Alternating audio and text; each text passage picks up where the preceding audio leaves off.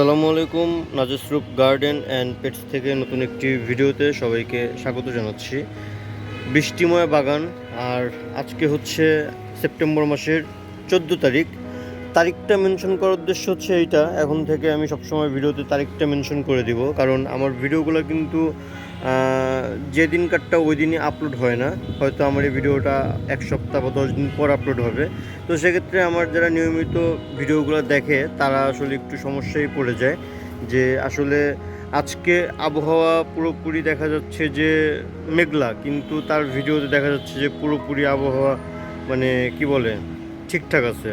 আবার অনেক সময় দেখা যায় যে আবহাওয়া শুকনা, কিন্তু আমার ভিডিওতে যে ভিডিওটা আজকে আপলোড হচ্ছে এটা যে বৃষ্টি হচ্ছে বা মেঘলা।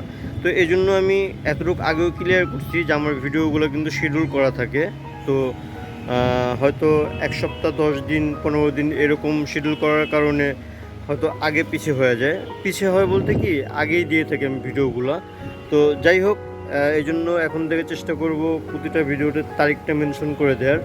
যেমন আজকের তারিখটা আমি আপনাদেরকে মেনশন করে দিলাম, আজকে সেপ্টেম্বর 14 তারিখ। যাই হোক, সকাল থেকেই কিন্তু প্রচুর পরিমাণ বৃষ্টি হচ্ছে এবং মোটামুটি বলতে গেলে একটা নিম্নচাপ হচ্ছে, বাতাসও কিন্তু অনেক। আমার কিন্তু কয়েকটা গাছ এসে দেখতেছি যে এরকম বাতাসের কারণে পড়ে গেছে। এর ভিতরে গতকালকে আমি কিছু কাজ করছিলাম, সেটি হচ্ছে এই যে গতকালকে বিকালবেলা আমি বিশেষ করে করলা গাছগুলোতে, আমার যে কটা করলা গাছ আছে এগুলোতে প্রতিটার ভিতরে নতুন করে মাটি দিয়ে দিছি এবং হালকা গোবর সার আর ডিমের যে খোসা এবং চাপাতি এগুলো সব কিছু মিক্স করে 50-50 রেশিওতে আমি কিন্তু সবগুলো আবারও দিয়ে দিছি মাটি দিয়ে নতুন করে।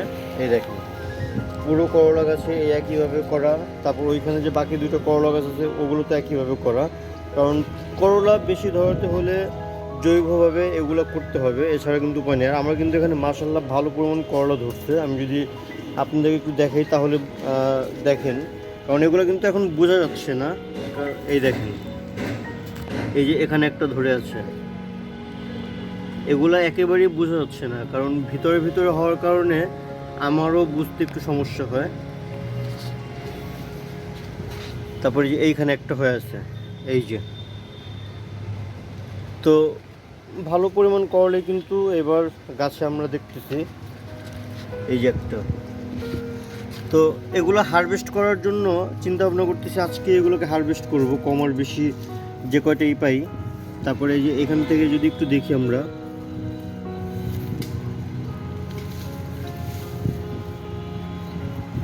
ওই যে ভিতরে কিন্তু আরো অসংখ্য করলা আছে, এই যে। ঠিক আছে, এগুলো হয়তো এখন দেখানো সম্ভব না, আরো বৃষ্টি হচ্ছে, বৃষ্টির কারণে এই যে এখানে একটা দেখাইছিলাম, এই যে পাশে আর একটা, ওই যে।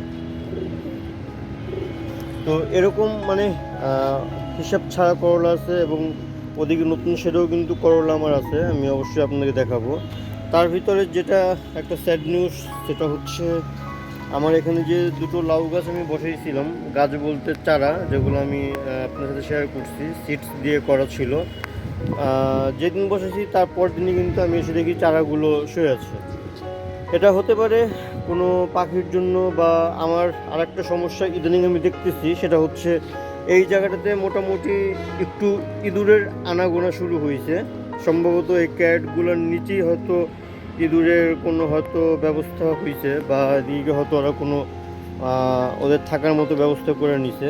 এই যে একটা জায়গা হচ্ছে, এই দেখেন, আমি এটাকে দেখলাম, এই যে কর্নারটা,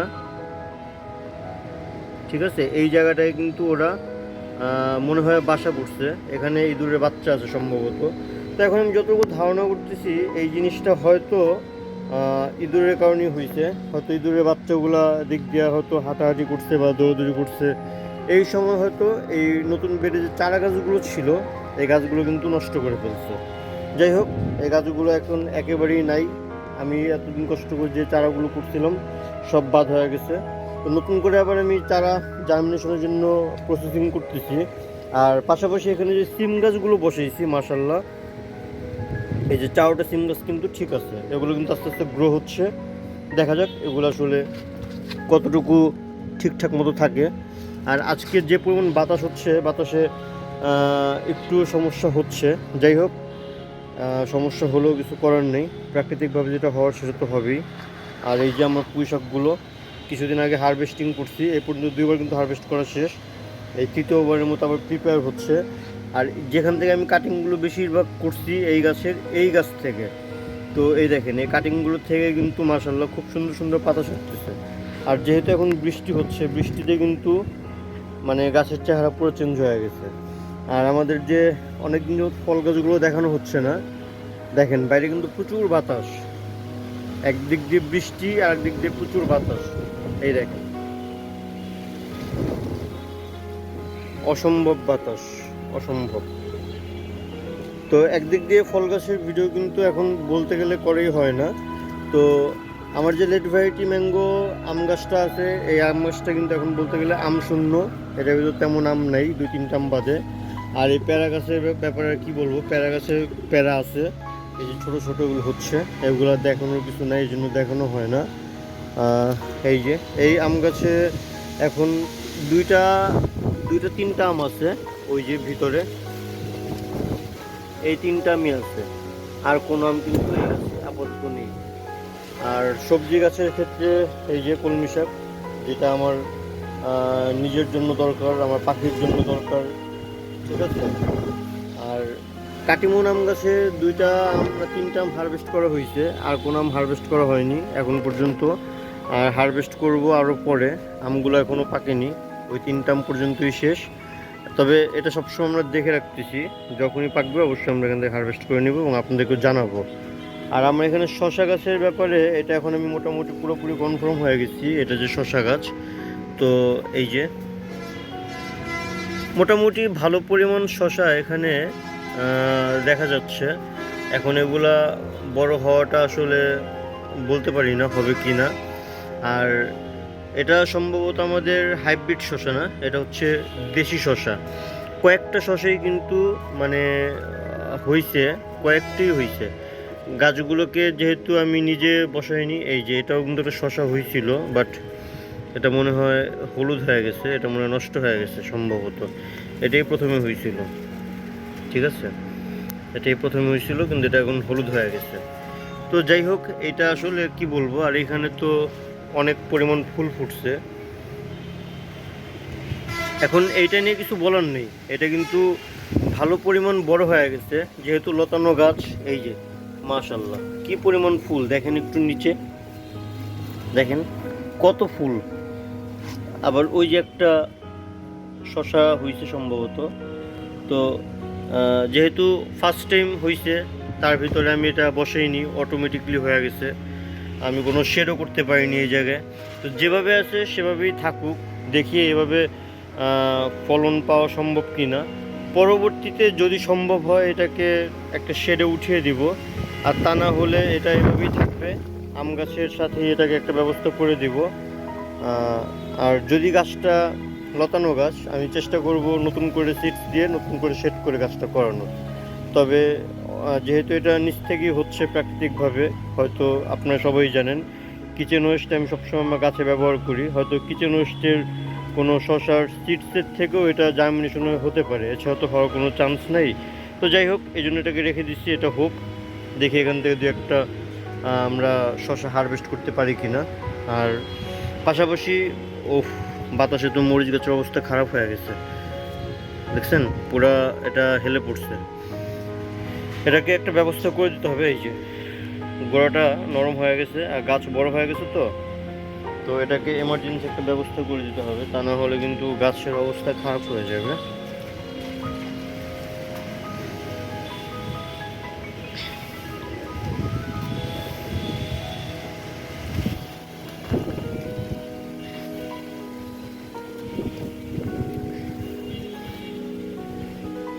আপাতত একটা ব্যবস্থা করে দিলাম যাতে গাছটা আর না এক সাইডে মানে হেলে যেতে পারে, কারণ গাছে কিন্তু এখন বলতে গেলে মাশাআল্লাহ কিছু এই যে ফুল আসতেছে, প্রতিটা ডালেই ফুল আসতেছে, আর এটার গ্রোথ কিন্তু খুবই সুন্দর হয়েছে। পাশাপাশি ছোট গাছটাও কিন্তু গ্রোথ নিচ্ছে। তো এই দুটো গাছ থেকে মরিচ হলে কিন্তু আলহামদুলিল্লাহ অনেক বড় ব্যাপার, এটি অনেক কিছু। ঠিক আছে। আর এইটার যে আম গাছটা, এটা মোটামুটি ঠিকঠাক আছে এখনও বলা চলে। কিছুদিন আগে এটা পাতা ছাড়ছিল, কিন্তু হয়তো প্রচণ্ড গরমের কারণে পাতাগুলো নষ্ট হয়ে গেছে। আর এখানে যে নতুন করে বাগুনের যে চারা বসিয়েছিলাম, যেটা হচ্ছে বেগুনের চারা, এটা হচ্ছে আমার বাড়ি 7 ভ্যারাইটি যে আম গাছ, ওইটার নিচে। এটাও মোটামুটি ঠিক আছে। দেখেন, প্রতিটা বড় বড় টবের নিচে যদি হালকা পাতলা সবজি থাকে তাহলে কিন্তু ব্যাপারটা খারাপ না, সুন্দর লাগে। তো যাই হোক, আর এখানে তো গাছ আর দেখানোর কিছু নাই, এগুলা প্যারা গাছ, জামরুল গাছ। আর এটা হচ্ছে কিং অফ চাকাপাত। অনেক দিন যাবত এই আম গাছটা আপনাদের দেখানো হয় না। এখন পর্যন্ত কিন্তু এই আম গাছে প্রচুর পরিমাণ নতুন নতুন পাতা ছাড়তেছে, যেহেতু এখন বৃষ্টি হচ্ছে তো আরও পাতা এখন বেশি ছাড়তেছে। আর এই গাছের কথা তো কিছু না, আপনাদেরকে বললামই যে মাশাল্লাহ এই বছর হয়তো এটা আমরা আম পেতে পারি। এখন পর্যন্ত এই গাছ থেকে আমরা কোনো ধরনের আম পাইনি, এই যে প্রথমবার। হয়তো এটা যদি সিজনাল আম হয় সিজনে পাবো, আর যদি 12 মাসি হয় দেখা যাক, এটা এখনও বলতে পারি না। তবে এটা আমি কাটিমন আম বলেই জানতাম, এখন এটা কাটিমন হবে কিনা তাও জানি না। আর পিছনেই আছে পেঁপে গাছ। পেঁপে গাছটাও কিন্তু খুব সুন্দর গ্রোথ নিচ্ছে আর ভালো পরিমাণ বড় হয়ে গেছে। অলরেডি কিন্তু ফুল ফুটে আছে পেঁপে গাছে। বৃষ্টি প্লাস বাতাস, ভিডিও করা একটু কষ্টকর হয়ে যাচ্ছে। আর এই যে আজকে সকালবেলা এসে দেখতেছি এই গাছের এই যে মানে গাছের কি বলে এটাকে, মাথাটা একেবারে নিচে ঝুলে পড়ছে। এটাকে আবার আমার মাথা উঠিয়ে দিতে হবে। এই গাছের কি অবস্থা? মোটামুটি ঠিক আছে, পাতা ছাড়তেছে, দেখা যাক।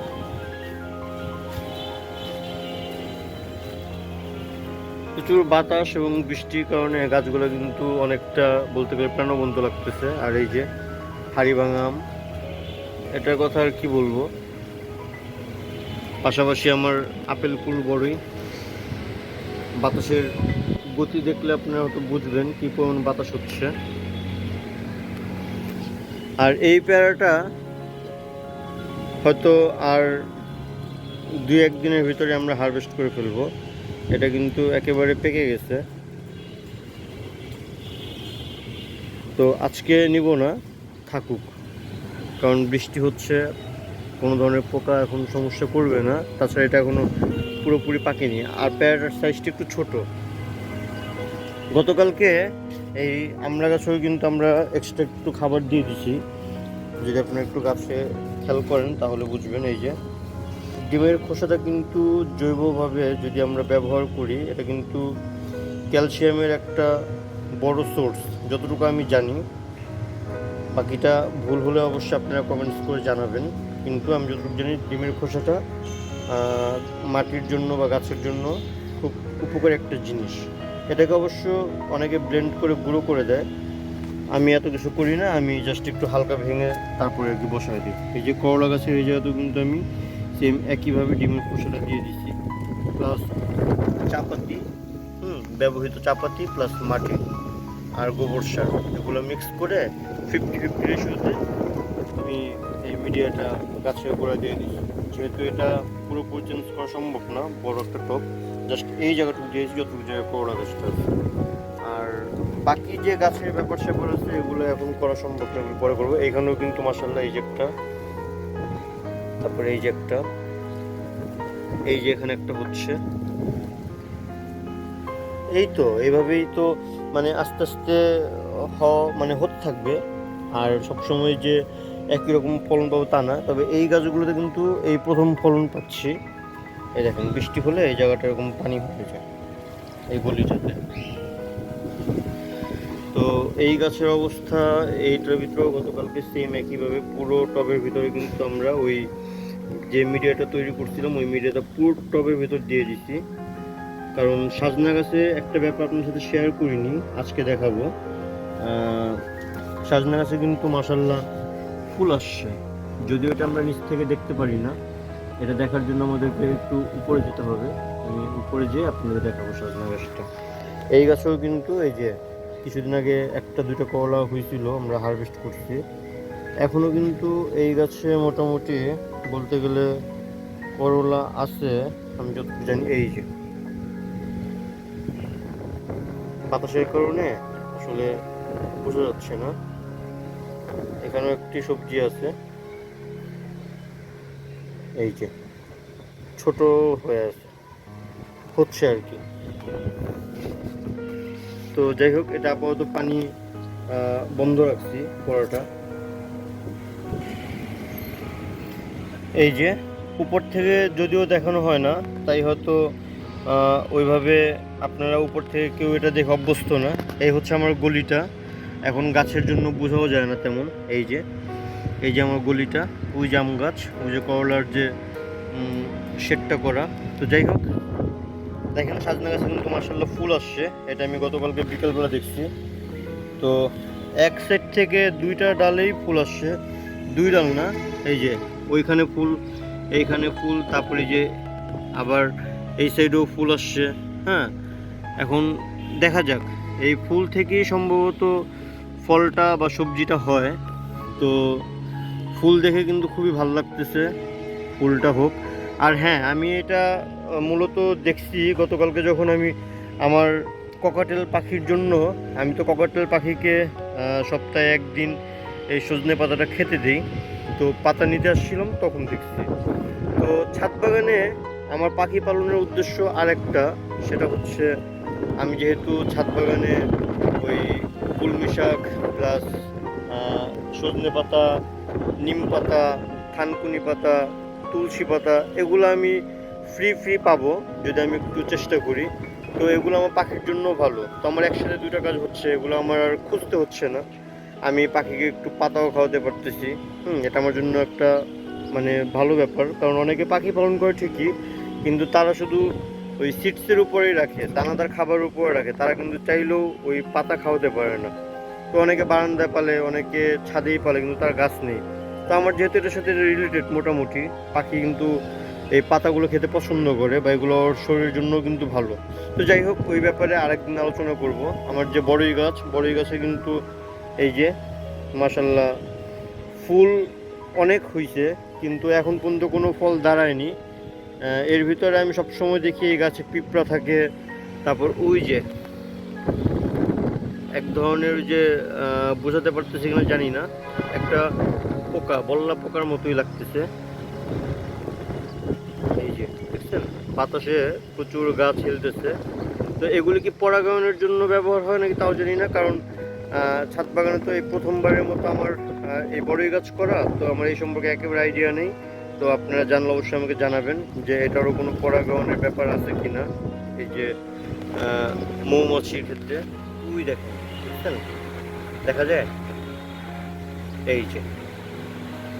তো ভিডিওটি মোটামুটি ভালোই বড় হয়ে গেছে, ভিডিওটা বড় করব না। আর অনেকদিন যাবৎ আমার ছাদ বাগান থেকে পাখিগুলোকে দেখানো হচ্ছে না, চেষ্টা করব, কারণ দেখাতে গেলে হয়তো ভিডিও বড় হয়ে যায়, কারণ দেখাই না। তবে চেষ্টা করবো স্পেসিফিকভাবে ভিডিও করে আপনাদেরকে দেখানোর আর আপডেট দেওয়ানোর। হ্যাঁ, তবে গতকালকে বিকাল থেকে একটু আবহাওয়াটা অন্যরকম, বা হুট করে গরম থেকে ঠান্ডা কনভার্ট হয়ে যাওয়ার কারণে পাখিগুলোর একটু সমস্যা হচ্ছে। আর এই ভিডিওগুলো থাক, আপনারা নাই দেখেন, আপনারা ভালো ভিডিওগুলোই দেখেন, খারাপ সময়টা না দেখানোই বেটার মনে করি। যেহেতু আমি নতুন, আমার ভুল ত্রুটি হতে পারে, এই জন্য আমি আপনার সাথে ব্যাপারগুলো শেয়ার করতেছি না। তবে ইনশাল্লাহ আমি পরবর্তী ভিডিওতে পাখির কিছু আপডেট আপনাদেরকে দেওয়ার চেষ্টা করব। ভিডিওটি ভালো লাগলে অবশ্যই চ্যানেলটিকে সাবস্ক্রাইব করবেন, এবং যারা এখনও চ্যানেলটিকে সাবস্ক্রাইব করেনি অবশ্যই সাবস্ক্রাইব করে হয়ে যাবেন নাজিস রূপ গার্ডেন অ্যান্ড পেটসের ফ্যামিলি মেম্বার। সবাইকে ভিডিও দেখার জন্য অসংখ্য ধন্যবাদ।